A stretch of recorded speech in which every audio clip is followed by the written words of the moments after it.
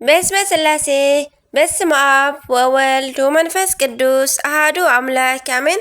ሰላም እግዚአብሔር አምላክ ምስ ኩላትኩም ይኹን። ስድራ እግዚአብሔር አምላክ ከመይ ውዕልኩም? ኣነ እግዚአብሔር ይመስገን። ክብሪ ይስፋሕ መድኃኔዓለም ኣቦይ። ከምቲ ኣነ ጽቡቕ ዝውዓልክዎ ድማ ጽቡቕ ውዕልኩም ክትኮኑ ናይ ኩሉ ግዜ ተስፋይን ትምኒተይን እዩ። ኣሜን። ስንክሳር ዘወርሃ መጋቢት ዕለት 27 መድኃኔዓለም ኣቦና እንኳዕ ናብ ክብረ በዓል መድኃኔዓለም ክርስቶስ ጥንተ ስቕለቱ ናይ ጎይታናን ኣምላኽናን መድኃኒናን ኢየሱስ ክርስቶስ ብሰላም ኣብጽሕና። ምሕረቱ ቸርነቱ ለውሃቱ ኣምላኽነቱ ምስ ኩላትና ይኹን ኣሜን። ስንክሳር ድሰምዕ ዘንብብ ፍቕሪ ጎይታ ኣብ ልቡ ይዕንብብ። ሓለዋን ጸሎትን ተራዳእነትን ናይ ቅዱሳን ድማ ይረክብ። ዝክረ ጻድቅ ለዓለም ይህሉ ዝኽሪ ናይ ጻድቕ ንዓለም እዩ ዝነብር። ካብ ኩሉ ክፉእ ዘበለ ክትድሕኑ ንቅዱሳን ተማሕፀኑ ኣሜን። በስመ አብ ወወልድ ወመንፈስ ቅዱስ አሃዱ አምላክ አሜን። ወላዲተ አምላክ ኣዴ ልሳን ኩንኒ መድኃኒ ዓለም ክርስቶስ ጎይታናን ኣምላኽናን መድኃኒናን ኢየሱስ ክርስቶስ ንዓና ክብል ብዝፈጸሞ ናይ ምድሓን ስራሕ በዚ ዕለት ክፉኣት ኣይሁድ ናይ ምሸት 3 ሰዓት ኣብ ውሽጢ ጌተሰማኒ ሓዝዎ። ሙሉእ ለይቲ ድማ ካብ ቀያፋ ናብ ሃና ካብ ሃና ናብ ቀያፋ ክመላልስዎ ኣሲሮም ክሃርምዎ ሓደሩ። ሱቕ እንተበሎም ዓይኑ ሸፊኖም ብጽፍዒት ሃረምዎ። ምራቆም እውን ተፍእሉ ኣላገጽሉ ንርእሱ ድማ ብዘንጊ ሃረምዎ። ንሱ ግን ንኹሉ ተዓገሰ። ብንግሆ ካብ እቲ ገዛኢ ሞት ክፍረዶ ኣቕረብዎ። ኣብ ሰዓት 3 ኣካሉ ክሳብ ዝውዳእ እንዳተላገጹ 6666 ገረፍዎ።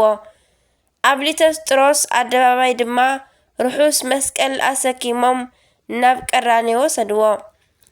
ኣብ ሰዓት 6 ድማ ብዓበይቲ ሓፃውንት ኣብ 5 ቦታ ሸንኪሮም ሰቐልዎ። 7 ዓበይቲ ተኣምራት ኣብ ምድርን ኣብ ሰማይን ተረኣዩ። ዓለም ኣብ ጸልማት ከላ ጎይታ ኣብ ልዕሊ መስቀል 7 ቃል ተዛረበ። ኣብ ግዜ ቀትሪ ሰዓት 9 ድማ ብናይ ባህሪ ስልጣኑ ንቅድስቲ ነፍሱ ካብ ስጋኡ ፈለየ። በታ ሰዓት ድማ ናብ ሲኦል ወሪዱ ንዝተኣሰሩ ኩሎም ፈትሖም። ሰዓት 11 ድማ ጻድቃን ዮሴፍን ኒቆዲሞስን ምስ ዓብይ ክብርን ሓዘንን ኣብ ሓዱሽ መቃብር ቀበርዎ። በታ መዓልቲ ድማ ድንግል ማርያም ልባ ብሓዘን ተቓጸለ። ፈታዊኡ ቅዱስ ዮሃንስ ድማ ፍጹም ልቕሶ ኣልቀሰ። ቅዱሳት ኣንስቲ ብብኽያት ወዓላ ይዕንተን ክዓውር እንዳበለ ስለና ስለ ሓጢኣትና ፍጥረታቱ ክብል እዚ ኩሉ መከራ ዝተዓገሰ ኣምላኽ ስለ 13 ሕማማቱ ስለ 5 ቅንዋቱ ስለ ቅዱስ መስቀሉ ስለ ናይ ድንግል ኣዲኡ ልቕሶን ስለ ፈታዊኡ ቅዱስ ዮሃንስን ኩለን ኣንስትን ኢሉ ይምሓረና ኣሜን። ካብ ቅዱሳን በዚ ዕለት ንላዕሊ 80 ዓመታት ኣብ ገዳም ዝነበረ ንገዳማውያን ምስኦም ናይ ኩሎም መነኮሳት ሓለቃ ዓቢ ቅዱስ መቃርስ ዓረፈ። ከምኡውን በዚ ዕለት ንግስና ምስ ሊቅነት ጽድቂ ምስ ሰማዕትነት ዝደረበ ሰማዕት ቅዱስ ገላውዲዮስ ክሳዱ ተኸለለ። ቅዱስ ገላውዲዮስ ወዲ ጻድቅ ኣፄ ልብነ ድንግል እዩ። በረከቶም ይሕደረና ኣሜን።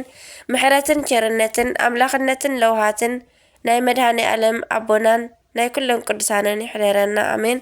መጋቢት 27 ዝኽበሩ ዓመታዊ ናይ ቅዱሳን በዓላት ድማ ቅዱስ ዮሃንስ ፍቁረ እግዚእ፣ ቅዱሳት ኣንስቲ ካብ እግረ መስቀሉ ዘይተፈልያ፣ ቅዱሳን ኣብ ግዜ ናይ ጎይታ ስቕለት ካብ ሞት ዝተንስኡ፣ ቅዱሳን ዮሴፍን ኒቆዲሞስን፣ ዓብይ ቅዱስ መቃርስ ናይ መነኮሳት ሓለቓ፣ ማር ገላውዲዮስ ሰማዕት ናይ ኢትዮጵያ ንጉስ፣ ቅዱስ ዕፀ መስቀል።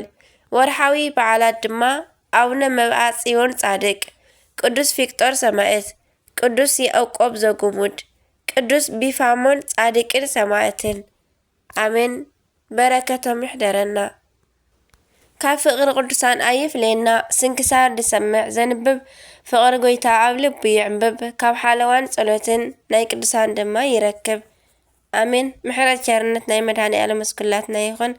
ብሩኽ ዓውደ ዓመት ድማ ይግበረልና አሜን ወአሜን ይበል ኩሉ መላእክተ ሰማይ አቡነ ዘበሰማያት ይትቀደስ ስምከ ትምጻእ መንግሥትከ ወይኩን ፈቃድከ በከመ በሰማይ ከማሁ በምድር ሲሳየነ ዘለለ ዕለትነ ሀበነ ዮም ህድግ ለነ አበሳነ ወጌጋየነ ከመ ንሕነኒ ንህድግ ለዘአበሰ ለነ ኢታብአነ እግዚኦ ውስተ መንሱት አላ አድኅነነ ወባልሐነ እምኩሉ እኩይ እስመ ዚአከ ይእቲ መንግሥት ኃይል ወስብሐት ለዓለመ ዓለም አሜን። በሰላም ቅዱስ ገብርኤል መልአክ ኦ እግዝእትየ ማርያም ሰላም ለኪ ድንግል በህሊናኪ ወድንግል በስጋኪ እመ እግዚአብሔር ጽባኦት ሰላም ለኪ ብሩክት አንቲ እምአንስት ወብሩክ ፍሬ ከርሥኪ ተፈሥሒ ኦ ማርያም ተጸጋ ምልዕተ ውዳሴ ምልዕተ ሞገስ ምልዕተ ኩሉ እግዚአብሔር ምስሌኪ ሰአሊ ወጸልይ ምህረተ በእንቲአነ ምህረተ ኩሉ ዓለም ምህረተ ምድራ ቃዚት ሀበ ፍቅር ወልድኪ ኢየሱስ ክርስቶስ ከመ ይስረይለነ ኃጣውኢነ ተማኅፀነ በኪ ተማኅፀነ በክዳንቺ አሜን። ስብሐት ለእግዚአብሔር ወለወላዲቱ ድንግል ወለመስቀሉ ክቡር አሜን አሜን ለይኩን።